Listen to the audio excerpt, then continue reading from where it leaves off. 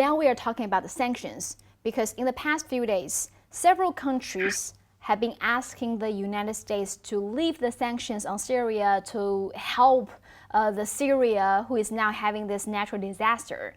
But we also hear different opinions from the US government officials to European officials, and they say the sanctions do not hamper the deliveries of assistance to Syria. And we also saw this opinion piece published on the Washington Post. The title is "Do Not Lift Sanctions on Syria to Save Earthquake Victims." And the article was written by a Syrian American who used to work as an advisor for the US government. And even to me, as a Chinese and outsider, I feel like this is cruel. Where's your humanity? As a Syrian yourself, you're asking countries to not lift the sanctions and punish your own people. And of course, now the United States suspend the sanctions for 180 days. And allegedly will allow more assistance, more help arrive in Syria. But in your opinion, do you think that the suspension of sanctions for 180 days will really help to deal with this dire situation in Syria? First of all, lifting sanctions off of 180 only for 180 days is a joke, and it's a political game the United States is trying to play. That's number one.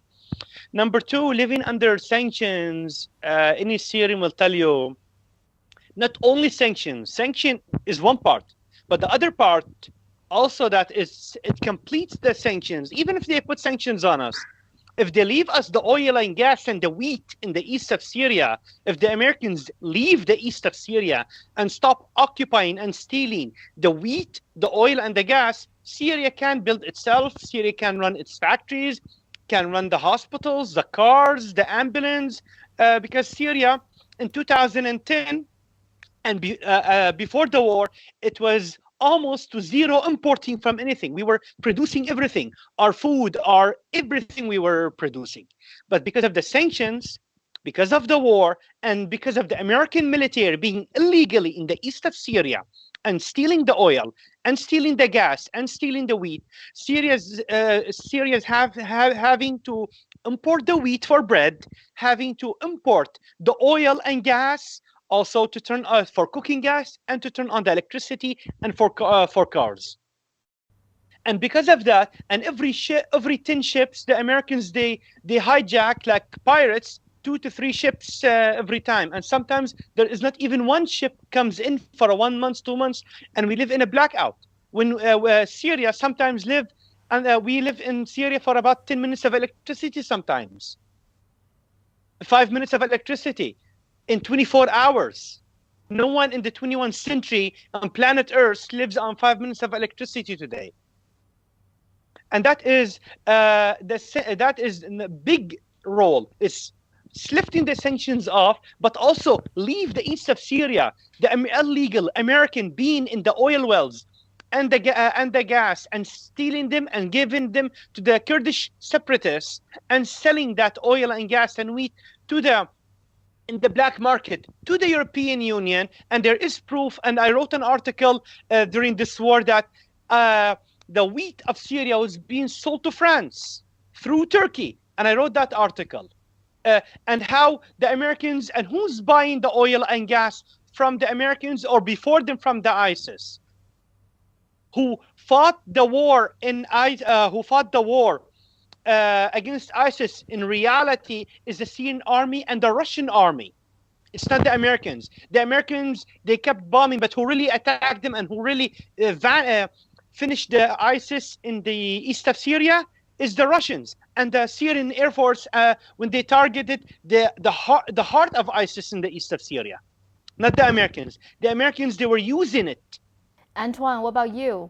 What does it like to live under Western sanctions for decades? And let's see first why the American and the West they put these sanctions at first. Because for them now, they don't want any part of the world to be a productive part. They want us just to be consumed.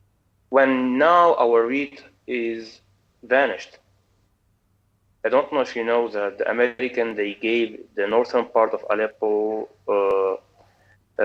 wheat that it have disease. So we are talking now about a country that it used to be agricultural and very productive industrial country that now only produce like 30% of its real power. The biggest industrial city in Syria, it was Aleppo. Now the industrial part of Aleppo is closed because what the American want, they want us to be consumers. And if you ask one question, like the sanctions on Syria is come from two parts. The first part that you can take money because we are out of the SWIFT system, and this is what they stopped for 180 days.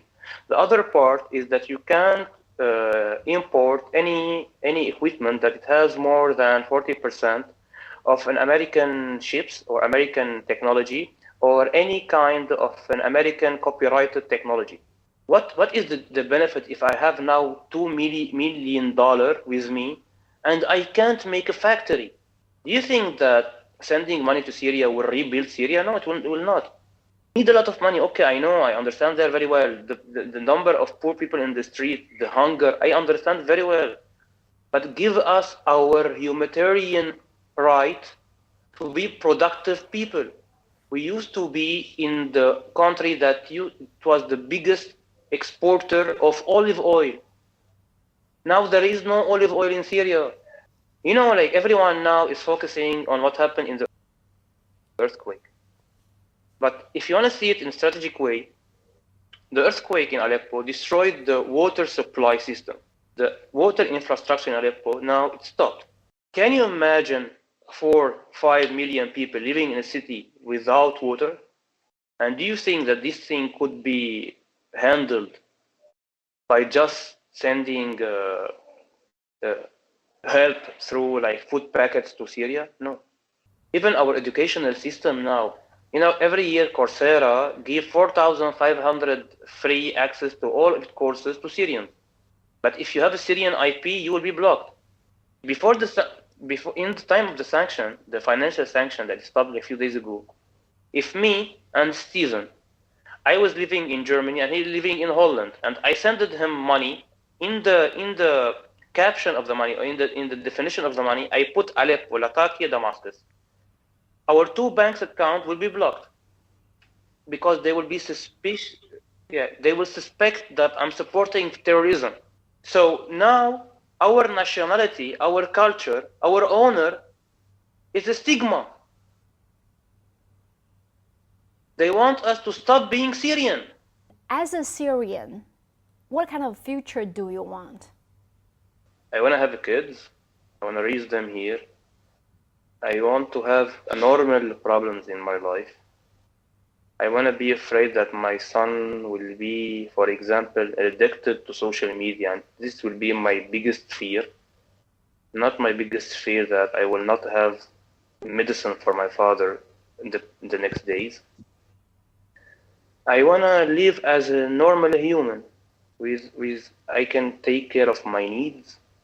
I will have a beloved wife and beloved children, take them to school, going to the good garden, take them to the beach.